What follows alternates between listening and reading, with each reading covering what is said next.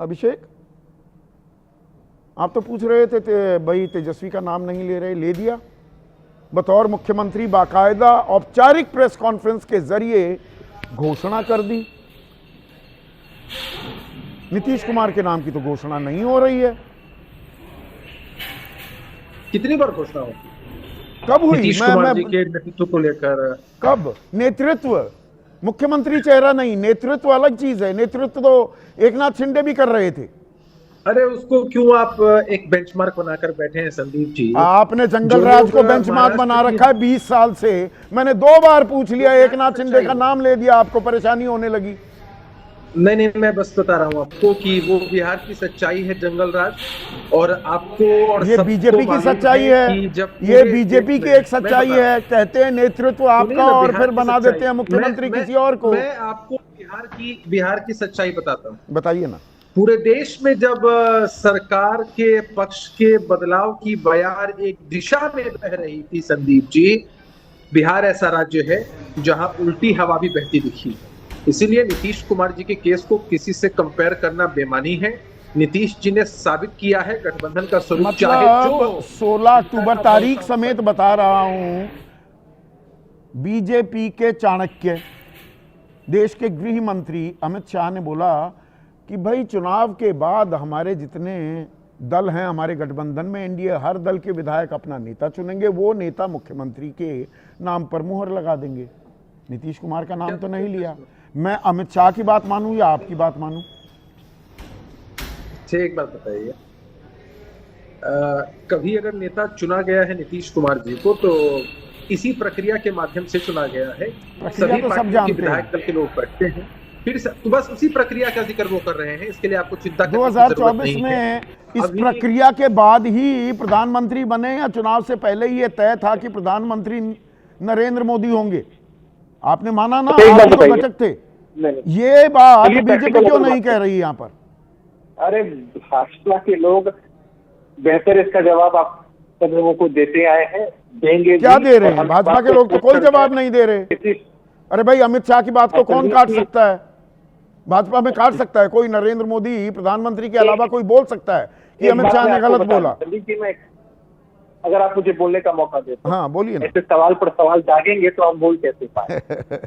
अच्छा, 2020 से पहले बिहार में मुख्यमंत्री कौन थे? नीतीश कुमार जी। 20 में साजिश हुई, हमारी सीटें कम आई, मुख्यमंत्री कौन बने? नीतीश कुमार जी। 2020 के बाद गठबंधन का स्वरूप बिहार में 2 बार बदला। आपके जवाब में ही सवाल दरअसल छिपा हुआ है। आपने 2020 से शुरू किया, 2020 में 43 पर सिमट गए, उस दिन से कमजोर होने लगे नीतीश कुमार। उस कमजोरी पर लगातार दबाव बना रही है बीजेपी। यही तो पूछ रहा हूं आपसे। सीटों के आंकड़े घट जाए, साजिश हो जाए, इससे नीतीश कुमार जी के जनाधार पर कोई फर्क नहीं पड़ता संदीप जी। अगर ऐसा होता तो राजनीति में आप बेहतर जानते हैं कृपा पर कुछ नहीं मिलता है। सम्राट चौधरी कह रहे हैं लालू ने गुंडागर्दी करके बेटे को मुख्यमंत्री उम्मीदवार बना दिया। मतलब मैं ये मानूं आप गुंडागर्दी कर नहीं पाए। बीजेपी गुंडागर्दी आपके साथ कर रही है, नीतीश का नाम घोषित नहीं कर रही है। सम्राट चौधरी जी को भी कनेक्ट करिए संदीप जी, आपके तो सब लोगों से बेहतर संबंध है। पूछिए उनसे कि उनका मुख्यमंत्री चेहरा कौन है। आपको बेहतर, दर्शकों को बेहतर फिर से बताएंगे कि कोई कंफ्यूजन नहीं है। जो नारा हमने दिया है कि 2025 से 30 फिर से नीतीश वही चरितार्थ होगा। और रुक जाइए ना, बेटे को सीएम बनाने के लिए लालू ने कांग्रेस को धमकाया। बीजेपी आपको धमका रही है क्या कि आराम से बैठे रहिए ना, नेतृत्व में आपके लड़ रहे हैं? हमारे गठबंधन में ऐसा नहीं होता है और नीतीश जी पर ना कोई दबाव चलता है ना कोई प्रभाव चलता है। बस नीतीश कुमार जी जनता के लिए दबाव और प्रभाव नहीं चलता। अच्छे शब्दों का आपने इस्तेमाल किया। तो अगली बात सम्राट चौधरी कह रहे हैं, चोरी के रजिस्टर्ड अपराधी के बेटे को मुख्यमंत्री उम्मीदवार बनाया। चोर के बेटे को सीएम उम्मीदवार बनाना शर्मनाक है, अपमान है बिहार का। 2 बार उप मुख्यमंत्री किसने बनाया तेजस्वी को बिहार का? अब संदीप जी आप बेहतर जानते हैं, राजनीति में समय के हिसाब से परिस्थितियां समय के हिसाब से पंजीकृत अपराधी का बेटा हो जाता है और समय के हिसाब से वो भतीजा, प्यारा भतीजा भी हो जाता है। नहीं, भतीजा आज भी प्यारा है, तो कोई शक नहीं है, प्यारा है। ये क्या कह गए आप? भतीजा अभी भी प्यारा है और भतीजे को भी प्यार आ रहा है नीतीश कुमार को लेकर। वो कह रहे हैं कि वो ये बीजेपी वाले नीतीश कुमार को मुख्यमंत्री नहीं बनाएंगे। पर्दे के पीछे कुछ हो रहा है क्या? ऐसा कुछ भी नहीं है।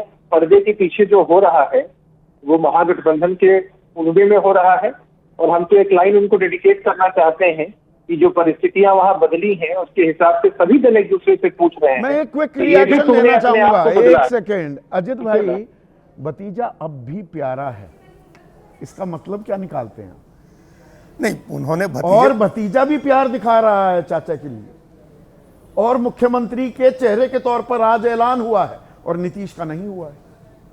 हाँ, देखिए, एक सवाल जो पहला आपने कहा ना, भतीजे के प्रति प्यार वाली बात जो है, वो नीतीश के ब्रॉडर पॉलिटिक्स को समझने वाले लोग इस बात को जानते हैं कि उन्होंने क्यों पुनर्जीवन दिया था आरजेडी को। आरजेडी तो समाप्त हो गई थी 2010 में। आरजेडी के सिर्फ 22 विधायक जीते थे। नेता प्रतिपक्ष अपना नहीं चुन पा रहे थे। 22 विधायक थे टोटल। नेता प्रतिपक्ष के लायक सीटें नहीं थी हो रही थी उनकी।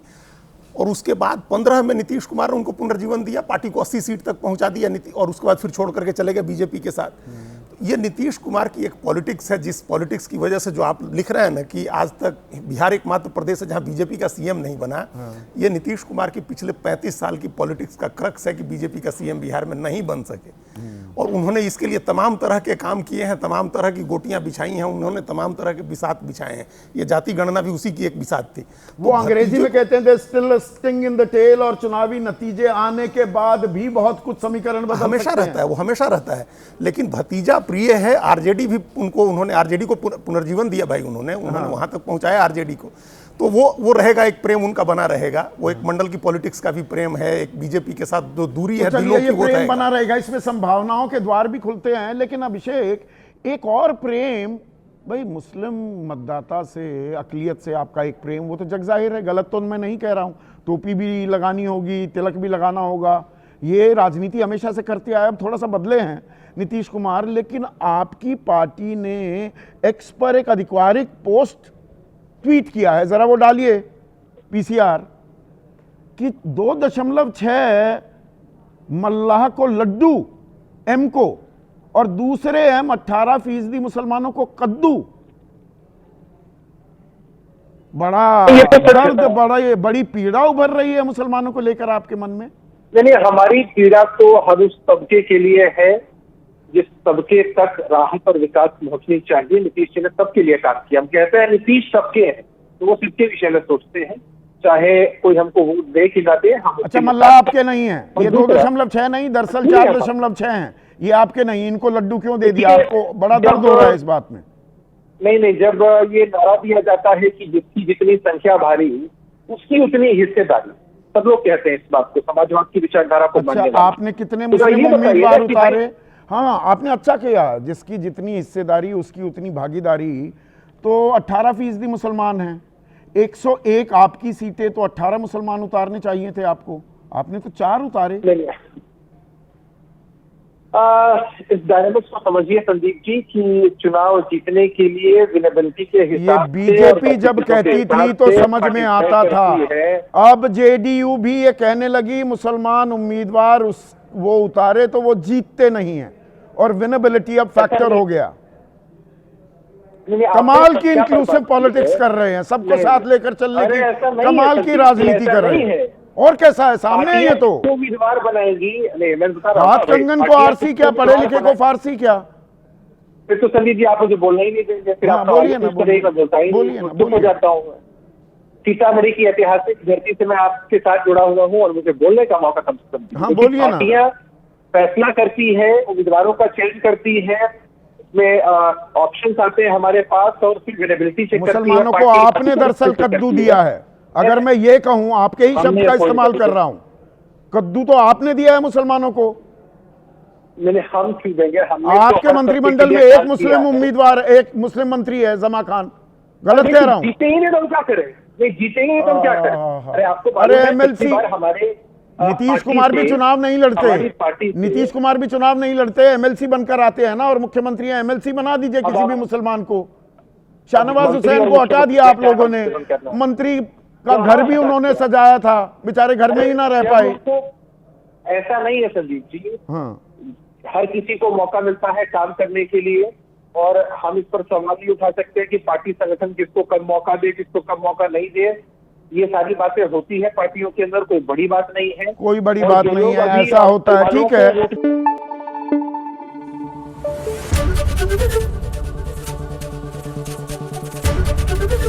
एबीपी न्यूज आपको रखे आगे।